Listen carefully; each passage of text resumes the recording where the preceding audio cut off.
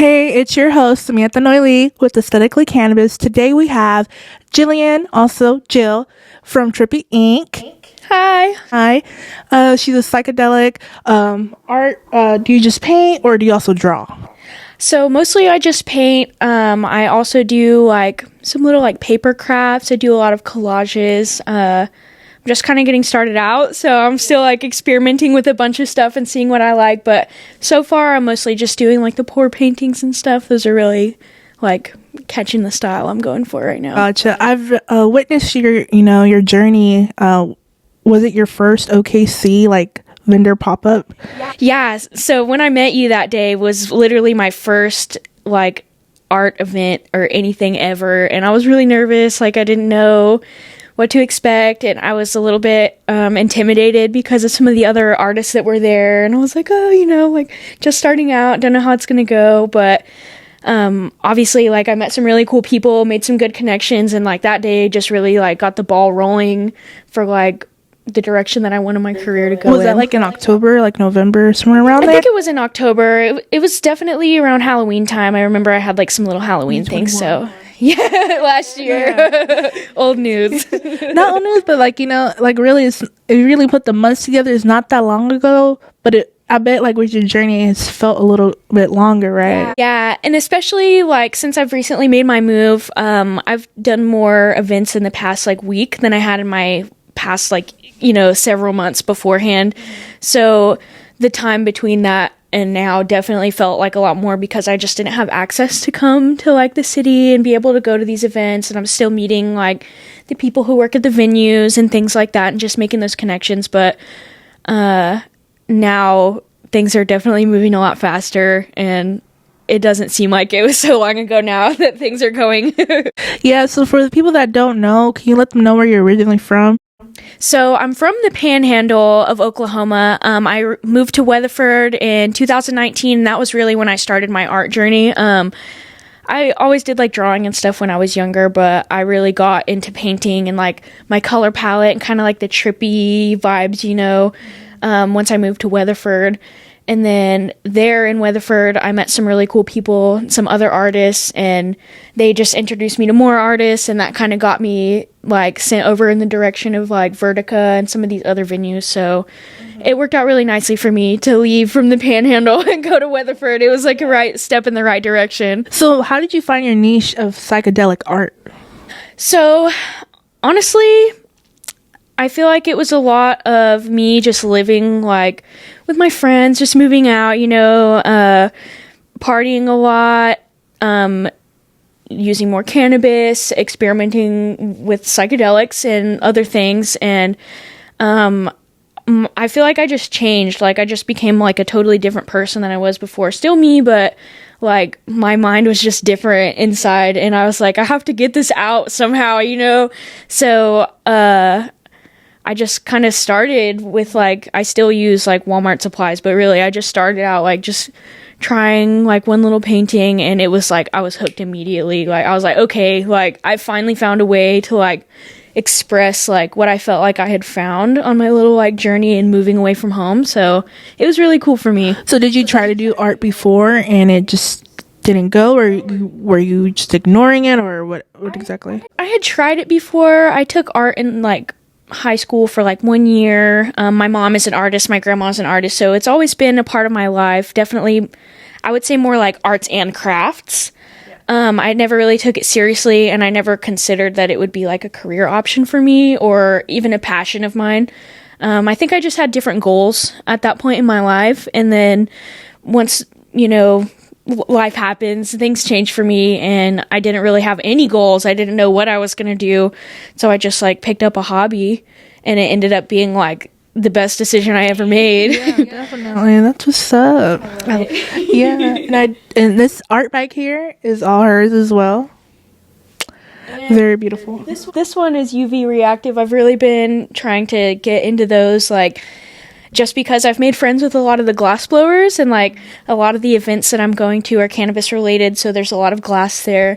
People love the black light stuff, and everybody, there's like a bunch of people who come up and they've got their own black light, like they don't even need mine. So I really have been like trying to get into some of those colors, and kind of more like what the audience here likes, you know? Yeah, definitely. And, it's I bet the cannabis industry has led you to a market of people to sell your art to, and talk about art with, and enjoy that aesthetic, appreciate the art. Yeah, big time. Like in the Panhandle, I think part of the reason why I never got turned into art is just because like nobody here would appreciate this, and a lot of the paintings I make, like I paint women and cannabis related paintings and things like that, that's just not really like the audience out there. Yeah. So like when I came here, I met so many more people who were interested in the things that I was interested in, and that just like helped me to blossom even more into like my personality. Yeah. And the cannabis industry has been like the main provider of that opportunity to like connect me with other people that are like-minded, and like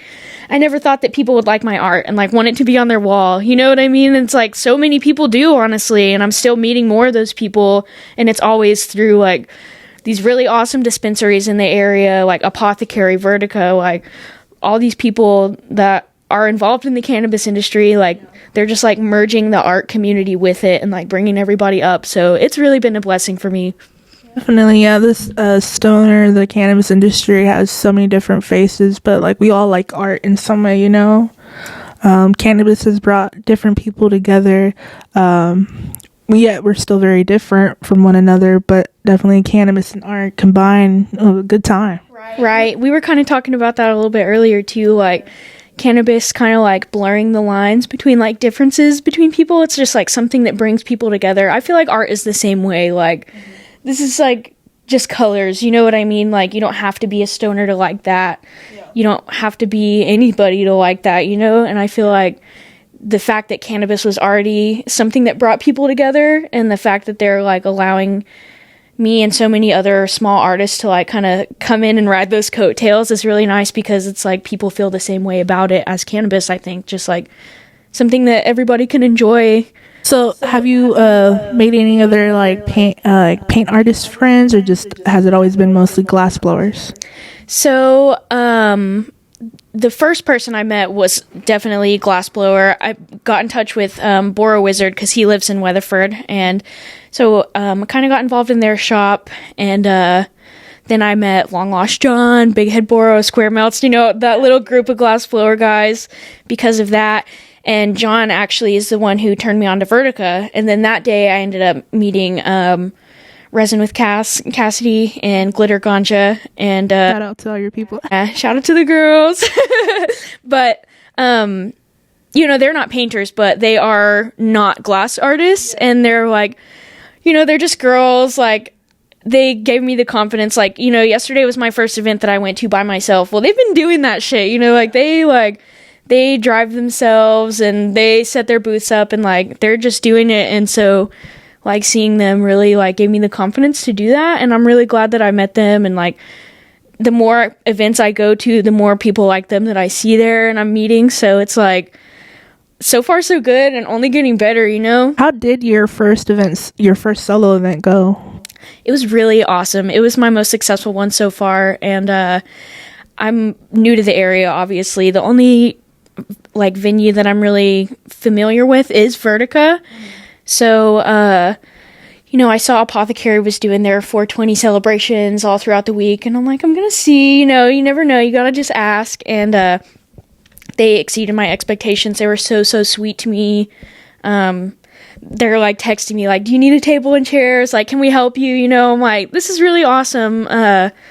It was really cool, and I appreciated them, so I was really happy to come out, and they got a whole bunch more going on at their other locations this week, so I'm excited for those ones as well. Are you going to be pretty busy for 420 week? Yeah, I hope so. I want to be busier, but we do have Apothecary on May is having an event from 4 to 7 on 420, and then Vertica is having an event on 422, and I think that one's from 4 to 8 as well, so little evening, little hangout, get some people out. Definitely.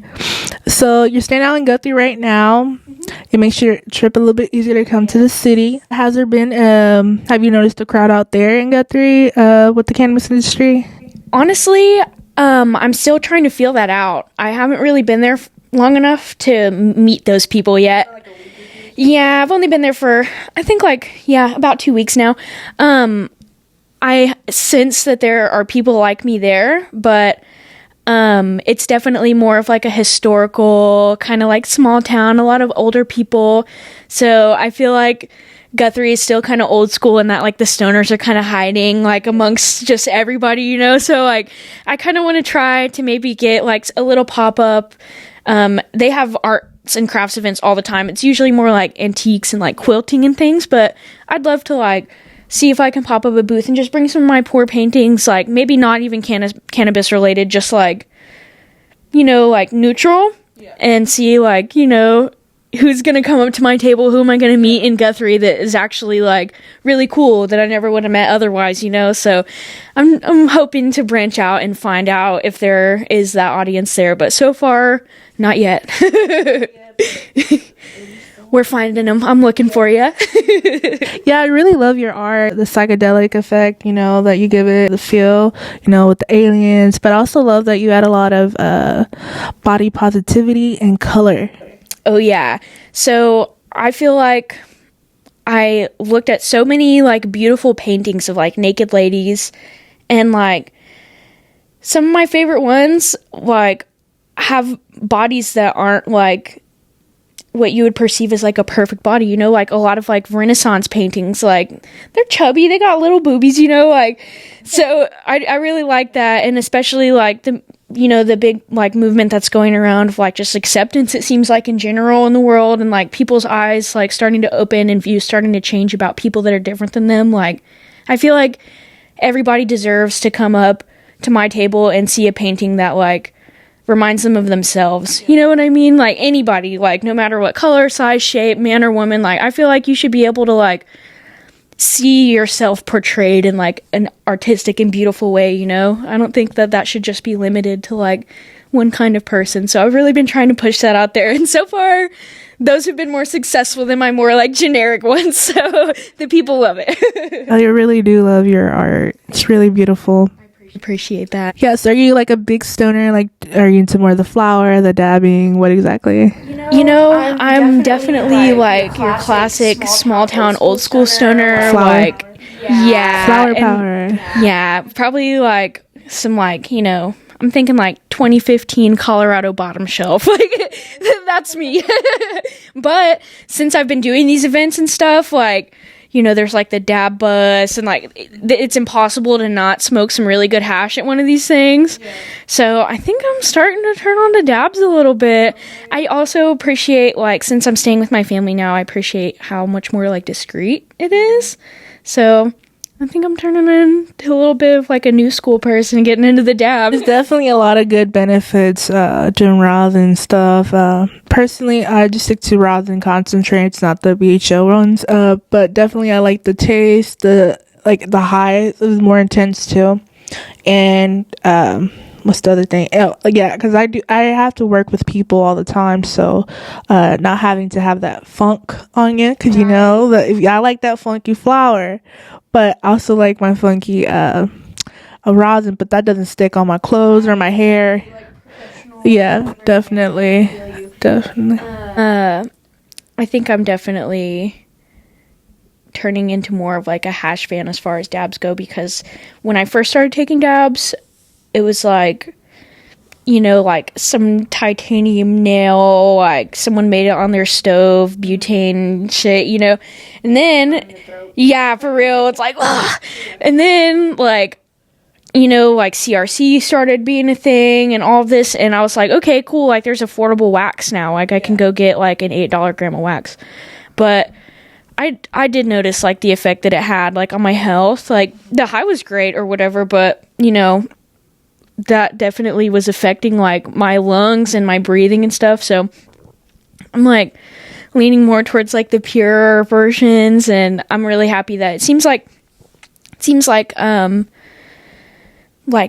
cannabis users are also starting to see the benefits that like the more natural route has, and like being able to like emphasize certain parts of like different strains, or, you know, bringing out different terp profiles. I feel like people are starting to appreciate that so much more. It's not just like, oh, make this like, shitty batch of pretty wax and we'll sell it. It's like now people care. They're like, no, I would never smoke anything that costed less than like $30 a gram. You know what I mean? So it's cool. I feel like it's changing a little bit, and I really like seeing that. Yeah, definitely. Just being educated, I feel like a lot of patients just need that education to understand why there's benefits to smoking certain terpenes.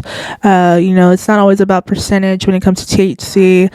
Look at that terp. Look at the full profile of that plant that you're about to smoke, not just the percentage of THC, and also with the comparison of smoking distillate or like a BHO extracted concentrate compared to rosin. There's definitely education that still needs to be known to, I guess, patients. It's a lot of stuff we don't know, because I just I started smoking rosin like about 9-10 months ago. Right. And ever since then, I've been on it, and I've been educating on myself on what I'm smoking. Because with edibles, are you a big edible person?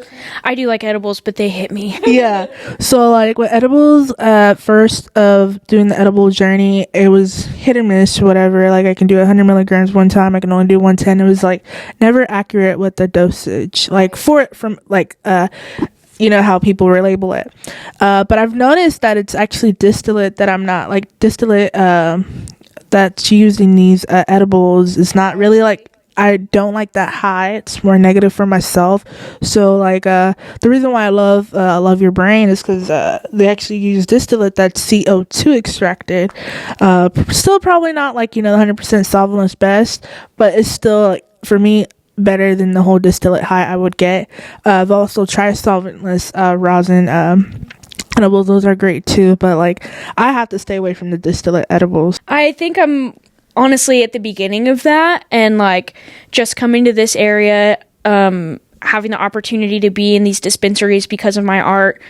And, all the growers are coming out and doing pop-ups. All the employees there, they're willing to answer any of your questions. I'm still learning a lot, I'm still honestly fairly uneducated, as far as the cannabis industry goes. And I'm learning more every day and every time I go. But, that is something that I didn't realize is, you think you got, your stoner science, and you're like, oh, I know everything, but that's not true. There's so much more into it, and everybody's body is different. So that's why I even feel like the amount of information is out there still might not be right for whoever's reading it. It might be right for this person who's reading it, but their friend, it doesn't really apply to them. So I really like that you're bringing people on and talking to people and stuff, so that hopefully the audience can kind of see different perspectives from other people's points of views, because cannabis is not just a straight line, everybody's going to be somewhere else around that. Everybody's consumption level,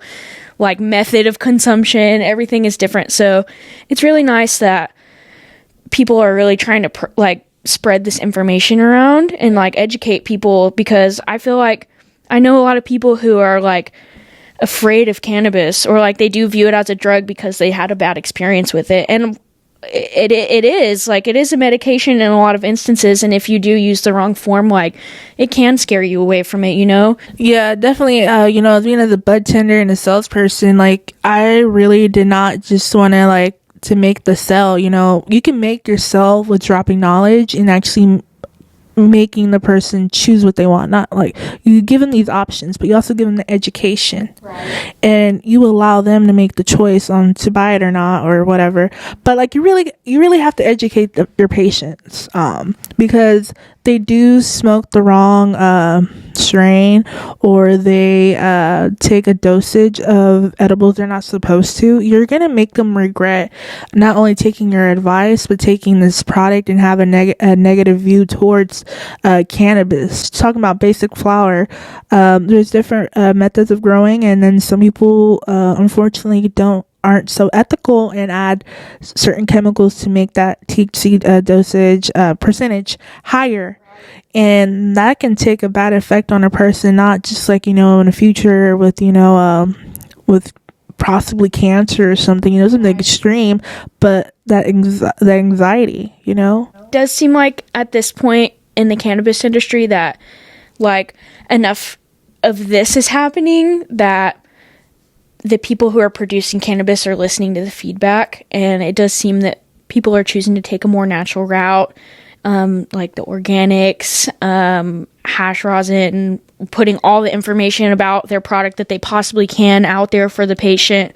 And that's cool, because I don't feel like anybody deserves to hate cannabis because they had a bad experience with something, because they didn't know what they were getting themselves into. I don't feel like any grow or any like cannabis producer deserves to like have a bad rep because their patient wasn't aware of what they were consuming, you know? So I appreciate the transparency that I'm seeing like in the cannabis industry, and the fact that people are like choosing to take a more natural route. Like, one of my favorite things is seeing like the vendors, like the pop-up booths from grows, and the first thing they tell you when you go to their table, it's like 100% organic, like we don't use any chemicals, like, you know, they're talking about their plants like they're their babies, like they treat them really well, and it's because they care about the person who's going to be consuming it.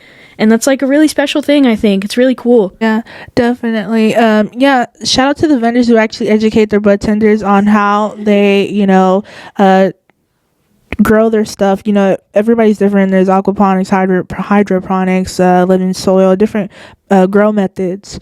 There's also the whole explanation of why you picked this strain or whatever, because, you know, genetics is very important. Like, what made you choose that, and what's the benefits is going to help the patient as well. And once you like teach that to your bud tenders, or, you know, have a dispensary that actually has like, let me sit you down and educate you. Shout out to everybody who actually cares about informing themselves, informing others. Not only does it make easier for your flower to sell, but actually have people come back and kind of have that referral of like word of mouth type shit, you know what I mean? But definitely shout out to everybody who actually cares about what they're growing and, you know, processing and putting out there for the market. And that's definitely one of the reasons why I wanted to start this podcast. Share, like, have friends come on, smoke, talk, whatever. But at the end of the day, like, drops a little bit of knowledge, you know, like inform you something that you didn't know, because I don't know everything still. Right. You appreciate the fact that people are trying to put out like the right information too, like rather than being like, oh, this weed's good because it tested 27% THC. They're like, well, look at all the terps, because all of these strains all tested 27% and every single one is different still. So I do appreciate that people are like, you know, that's important, but like really what's going to affect you is like the entourage effect, you know, like cannabis has so many parts besides THC, and I didn't know that until very recently, and I've been smoking for longer than I haven't. So, you know, you'd think you would know these things, and I didn't learn them until very recently. So it's really nice to see like this information being so accessible, so many different sides of the story, so many different products. Like, it doesn't just have to be, oh, I tried this and it didn't work, so I can't use cannabis. It's like, well, try something else, you know? That doesn't mean that it's for you, but maybe just this particular thing wasn't, or this particular terp profile made you feel differently than you were looking for. Like, I have a friend who, like, we're complete opposites. Like, he gave me some of his wax. He said he didn't like it. And I was like, what's wrong with it? It made me feel great. I was like working, like it was super heady. Like, I was awake, like, because some of the reasons that like, if I choose not to smoke will be because like, it'll make me feel really tired or whatever, you know, and I'll like not like that. So this one was like really heady. It was making me feel super energetic. And turns out that's why he didn't like it. He wanted to feel like stoned, like schlumped in the couch, you know? So I'm like, okay, like, there are differences, like, and everybody wants something different, you know? Yeah. So, like you said, shout out to the people who are out here actually trying to teach, like, their patients, like, about what it is, actually, not just, like, letting it continue to be this, like, this gamble of, like, oh, I'm gonna go buy some weed, and I literally don't know what it is. Yeah. Like, you just don't, you know? It's not like that anymore. Yeah, definitely. And, you know, I have yet to meet a shitty person that makes great weed. or great product. You know, it seems like all the best people are like, you know, so confident in their stuff because they know and they've seen like the patients that they've educated about it come back and tell them like, oh, I love this so much, like the information you told me changed my life, you know? Yeah. And that's really cool too. And I love like everybody's like, oh, like try this, like try that. Everybody shares, like nobody's like trying to be like any better than anybody else, you know. Definitely still some bad apples in the industry, but I mean I've made a lot of great friends out of this journey. Like, it's supposed to be just a business transaction and it turned out to friendships, you know. Right. Yeah, I feel the same way. It was really sweet for me to be in Apothecary yesterday and see more than one familiar face, like just someone who was like a customer, like the first time, and then they followed me, and then they liked my story, and then they came to this event and they bought something for me again, and then they came to the next one, and I'm like, that feels so good, you know, to like see people like connecting, like giving a shit, going out there talking to people. And that just brings me back like to the point that like cannabis community has really, really helped like the art industry. I feel, especially in Oklahoma, just the time that we're in, like everything is just going up together, and like it's really special. I feel like it's a special time to be involved in the industry. Like, I think we're making history. Yeah, they're definitely in the beginning stages of it, and who knows what's to come of it, because there are certain lawmakers that are trying to change a little bit of regulations. Mostly not the best, for my personal opinion, but I don't know, right now where we're at, we're definitely starting our own trend here in Oklahoma, doing our own thing. There's people out here who have actual talent. Actual people have talent who don't have to leave to go to bigger towns. Not a problem that you left or whatever, but sometimes it's good to have a change in environment. But right now, Oklahoma is growing to something I personally never imagined it would become. Same. That was something else that we were talking about earlier, is that like I said, I feel like Oklahoma City 2022 is Denver 2012. Like, everybody's like, oh, I want to go there, like it's booming, cannabis, like the hippies, the music, the art, like it's just beautiful and like this happy like place, you know. And like, it's probably not so much the same now, it's been a whole decade, but like it is really cool to see that happening like here in Oklahoma, like 4 hours down the road from where I grew up. Like, I never thought that would happen. I thought if I wanted to live in a culture like this, I would have to move to like California or Colorado or something like that, and like, or even Dallas. literally anywhere. Everybody from Dallas is coming over here, or everybody from Denver is moving over here now, or whatever. Yeah, it's because all the people who were cool and felt like Oklahoma wasn't cool stopped leaving.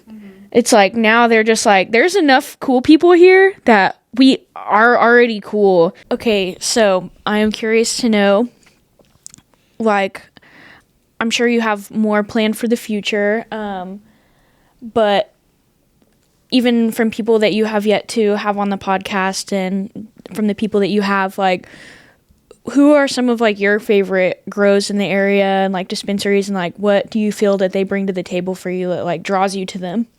When it comes to flower, so I have a couple of like top favorite. Like right now we're smoking some flower from Jubal. That's Mac 1. I really like it for my lower back pain sometimes that I have. They have consistently been some of the best flower I've smoked. They're up in northeastern Oklahoma, but most of y'all already know who they are, especially if you're into rosin. You've seen got some of their presses and whatever. But I have other favorite growers as well. Another one from up there is Frosty Organics. Also, like locally, I like Skunk, I like EverQuest, I like Papa Jesus Farms. Who else? That's a great name. Yeah. Sold on the name. Yeah, I'm trying to think about it. There's more growers I really like.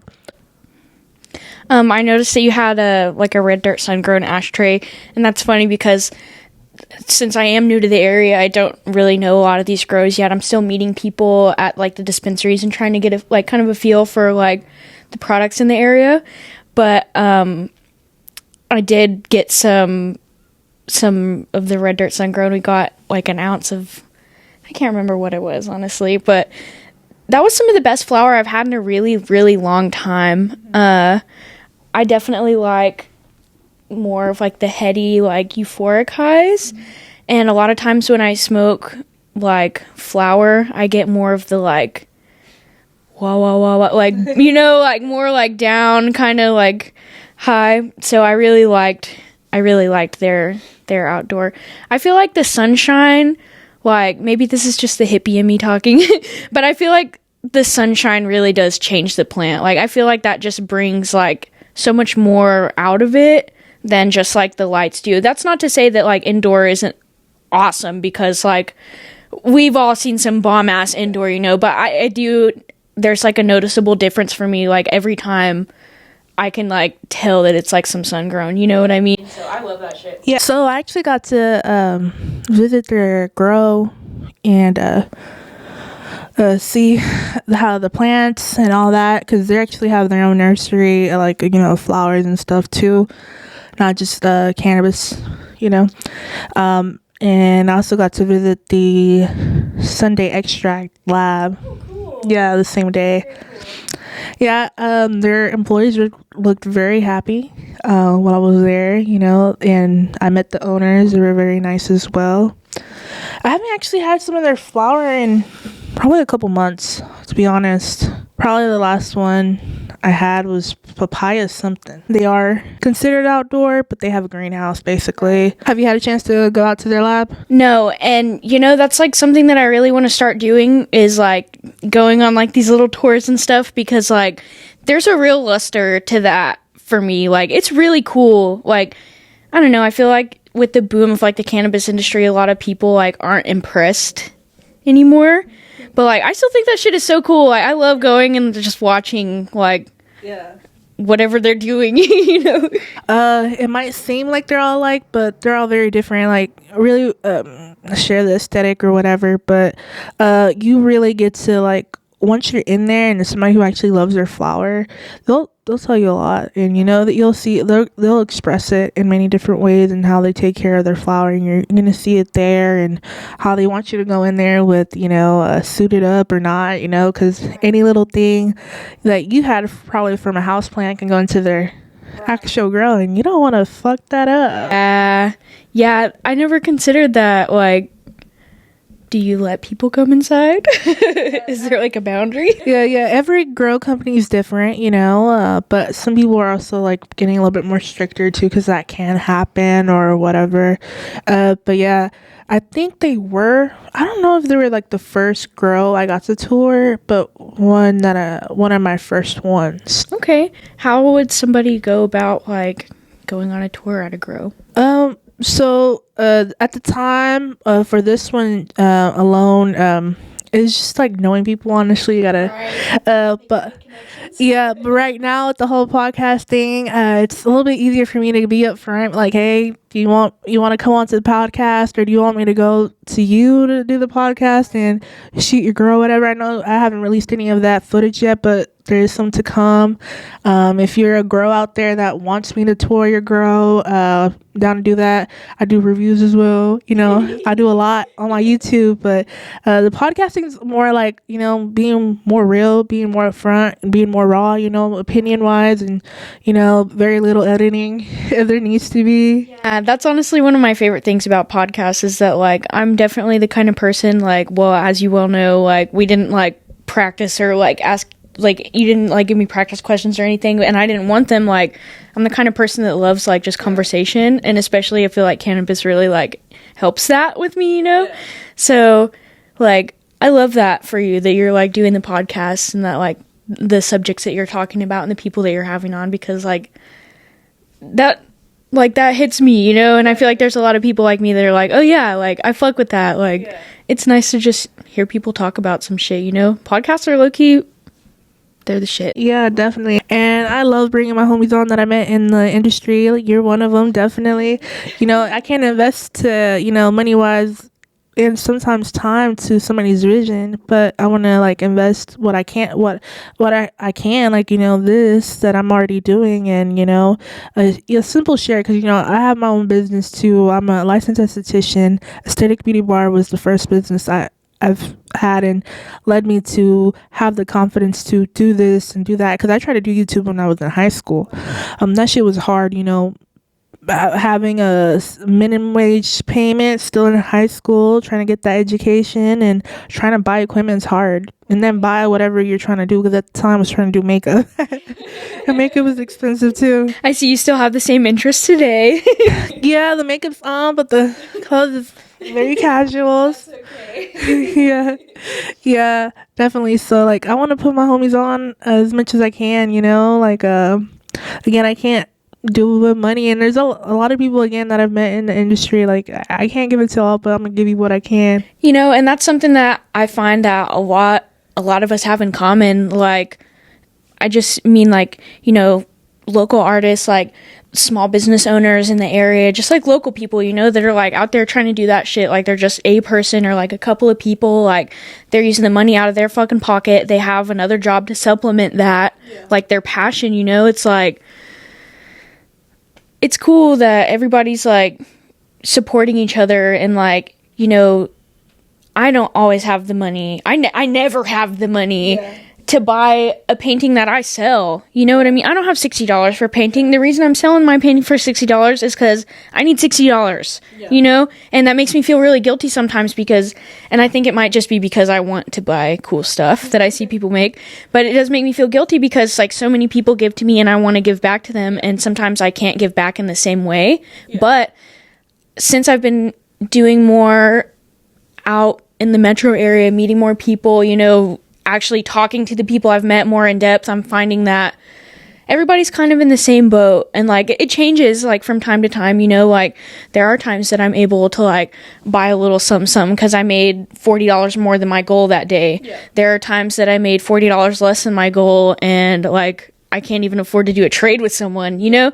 But it seems like everybody goes through that, you know, like it's just like you experience highs and lows, and it's cool that like everybody's got different like attributes that they bring to like the little community that like everybody's building, you know, and everybody's just doing what they can for each other. And it's cool that like nobody has any expectations of anybody. It's not like, oh, if you walk up to my booth you better buy something. It's like, no, I love it when people just walk up and they're just like old people. I'm like, fuck yeah, like thank you so much for looking. They take a card. That was worth it for me. Yeah, definitely. I noticed that a lot, you know, when I was creating these events for people to come in and do the pop-ups. Like, people are gonna see you just to go see you sometimes in your brand, not necessarily buy your stuff.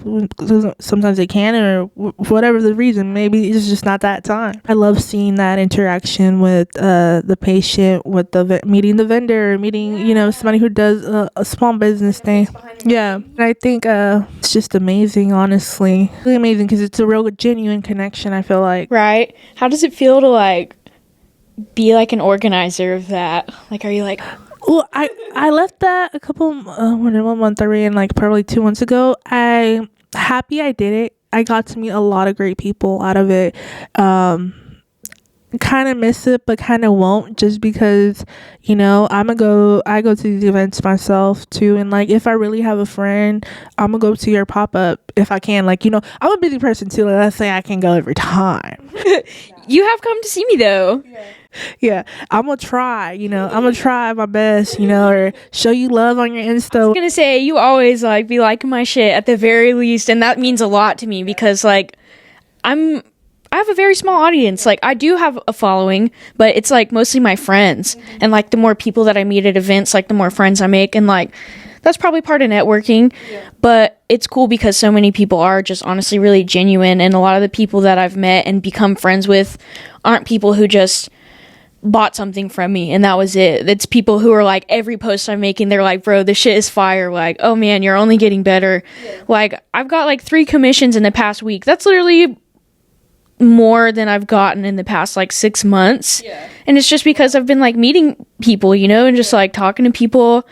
And I love that. I really do. It's awesome. Yeah, definitely. I'm happy it's not just a business transaction, but, you know, you actually develop real relationships. It's not every case like that when other industries or whatever, you know.